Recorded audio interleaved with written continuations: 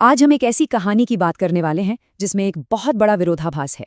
ये कहानी है इंडियन नेशनल आर्मी यानी आईएनए की, एक ऐसी फौज जिसकी सबसे बड़ी जीत उसकी हार में ही छिपी हुई थी। ये सवाल थोड़ा अजीब लगता है ना? कि भाई एक हारी हुई सेना आखिर कैसे एक पूरे देश की आज़ादी की वजह बन सकती है? चलिए इसी गुत्थी को सुलझाते हैं। तो इस कहानी की शुरुआत होती है एक बहुत बड़ी हार से, जिसने एक नई सेना के जन्म की नींव रखी। साल था 1942 जब सिंगापुर में ब्रिटिश सेना ने जापान के आगे घुटने टेक दिए। और जानते हैं क्या हुआ? लगभग 45,000 भारतीय सैनिक एक झटके में युद्धबंदी बन गए। ये कोई छोटा मोटा आंकड़ा नहीं था, और यहीं से आईएनए के बनने का रास्ता साफ हुआ। तो देखिए, 1942 में कैप्टन मोहन सिंह की लीडरशिप में पहली आईएनए तो बन गई, लेकिन जापानियों के साथ कुछ बातों पर बनी नहीं, तो ये जल्दी ही बिखर भी गई। फिर कहानी में एंट्री होती है सुभाष चंद्र बोस की।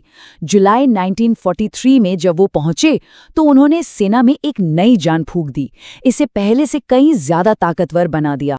सुभाष चंद्र बोस, जिन्हें हम सब नेताजी के नाम से जानते हैं, उनका आना एक गेम चेंजर था। उनका करिश्मा, उनके भाषणों में वो आग थी कि न सिर्फ युद्धबंदी बल्कि साउथ ईस्ट एशिया में रहने वाले आम भारतीय भी खिंचे चले आए। उनका ये नारा तो सबने सुना ही होगा। ये सिर्फ एक नारा नहीं था, बल्कि एक वादा था कि आज़ादी मिलेगी, चाहे उसके लिए कोई भी कीमत क्यों न चुकानी पड़े। अब हम कहानी के सबसे कॉम्प्लिकेटेड और कह सकते हैं विवादास्पद हिस्से पर आते हैं, यानी जापान के साथ आईएनए का गठबंधन। देखिए, इस गठबंधन में एक बड़ा पेंच था। कागज पर, या यूं कहें कि आईएनए का मकसद तो एकदम साफ था, भारत को अंग्रेजों से आज़ाद कराना। लेकिन ज़मीनी हकीकत ये थी कि वो हथियारों से लेकर हर छोटी बड़ी चीज़ के लिए पूरी तरह जापानी सेना पर निर्भर थे। और जब आईएनए असल लड़ाई के मैदान में उतरी तो नतीजे उम्मीद के मुताबिक नहीं रहे। 1944 में भारत पर हमले के लिए जो यू-गो ऑपरेशन शुरू हुआ, वो इम्फाल और कोहिमा की लड़ाइयों में जाकर थम गया। ब्रिटिश सेना ने उन्हें बुरी तरह हराकर पीछे धकेल दिया। तो मिलिट्री के नज़रिए से देखें तो आईएनए के अभियान नाकाम रहे। उनकी हार हुई और वापसी का सफ़र तो भूखमरी और बीमारियों से भरा बहुत ही दर्दनाक था। यहाँ तक तो लगता है कि ये कहानी एक नाकाम कोशिश की है, लेकिन असल ट्विस्ट तो अब आने वाला था। जंग खत्म होने के बाद कहानी ने एक ऐसा मोड़ लिया जिसकी किसी ने कल्पना भी नहीं की थी। जो सैनिक कल तक हारे हुए माने जा रहे थे, वे अचानक पूरे देश के हीरो बन गए। अंग्रेजों ने सोचा, चलो एक बड़ा सा पब्लिक ट्रायल करते हैं, इन आईएनए अफसरों पर देशद्रोह का मुकदमा चलाकर इन्हें बदनाम कर देंगे। और इसके लिए जगह भी क्या चुनी? दिल्ली का लाल किला। मजाक देखिए, ये वही लाल किला था जहां से आईएनए ने भारत की आज़ादी का झंडा फहराने का नारा दिया था। जो पहले 3 अफसर थे, प्रेम सहगल, गुरबख्श सिंह ढिल्लों और शाहनवाज खान, उन पर इल्जाम भी कोई छोटे मोटे नहीं थे। राजा के खिलाफ जंग छेड़ने से लेकर हत्या तक के गंभीर आरोप लगाए गए। लेकिन अंग्रेजों का ये दांव पूरी तरह से उल्टा पड़ गया। जैसा कि एक ब्रिटिश अफसर ने बाद में खुद लिखा, पूरा देश राष्ट्रवादी भावना में आईएनए के साथ खड़ा हो गया। जिन्हें वो गद्दार साबित करना चाहते थे, वो देश की आज़ादी के लिए लड़ने वाले हीरो बन गए।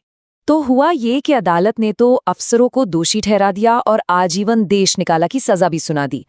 लेकिन इस फैसले के खिलाफ पूरे देश में ऐसे जबरदस्त विरोध प्रदर्शन हुए, दंगे भड़क गए कि अंग्रेजों के हाथ पांव फूल गए। आखिरकार भारी दबाव में ब्रिटिश कमांडर इन चीफ को सजा माफ करनी पड़ी और तीनों अफसरों को रिहा कर दिया गया। मतलब अंग्रेजों की एक गलती ने वो कर दिखाया जो बड़े बड़े आंदोलन नहीं कर पा रहे थे।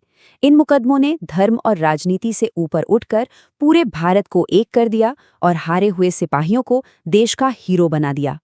तो आखिर में आईएनए की कहानी की असली विरासत क्या रही? इसका असर कितना गहरा था? चलिए देखते हैं। इन मुकदमों ने भारत के राजनीतिक माहौल को पूरी तरह बदल दिया। आईएनए के लिए जनता का सपोर्ट आसमान पर था। आज़ादी के आंदोलन को एक नई जान मिल गई थी। और सबसे ज़रूरी बात, ब्रिटिश इंडियन आर्मी की वफादारी, जिस पर अंग्रेज़ों का पूरा राज टिका था, उसकी नींव हिल चुकी थी। और इस बेचैनी का असर सिर्फ सड़कों पर नहीं दिखा। इसकी चिंगारी 1946 में रॉयल इंडियन नेवी के विद्रोह तक पहुंची, जहां नौसैनिकों ने आईएनए के समर्थन में नारे लगाए।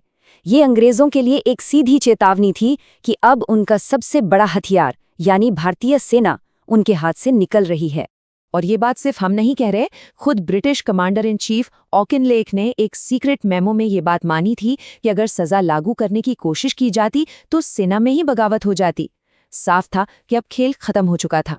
वैसे आईएनए ने हमें सिर्फ एक राजनीतिक विरासत ही नहीं दी, बल्कि एक सांस्कृतिक विरासत भी दी।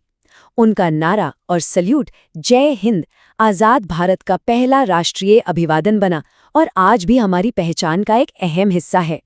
तो आखिर में हम उसी सवाल पर लौटते हैं, आईएनए को क्या कहा जाए, देशभक्त या सहयोगी? उनकी कहानी हमें ये सोचने पर मजबूर करती है कि इतिहास में जीत और हार की परिभाषाएं हमेशा इतनी सीधी नहीं होती। कभी-कभी जंग के मैदान की हार एक बहुत बड़ी राजनीतिक जीत की वजह बन जाती है।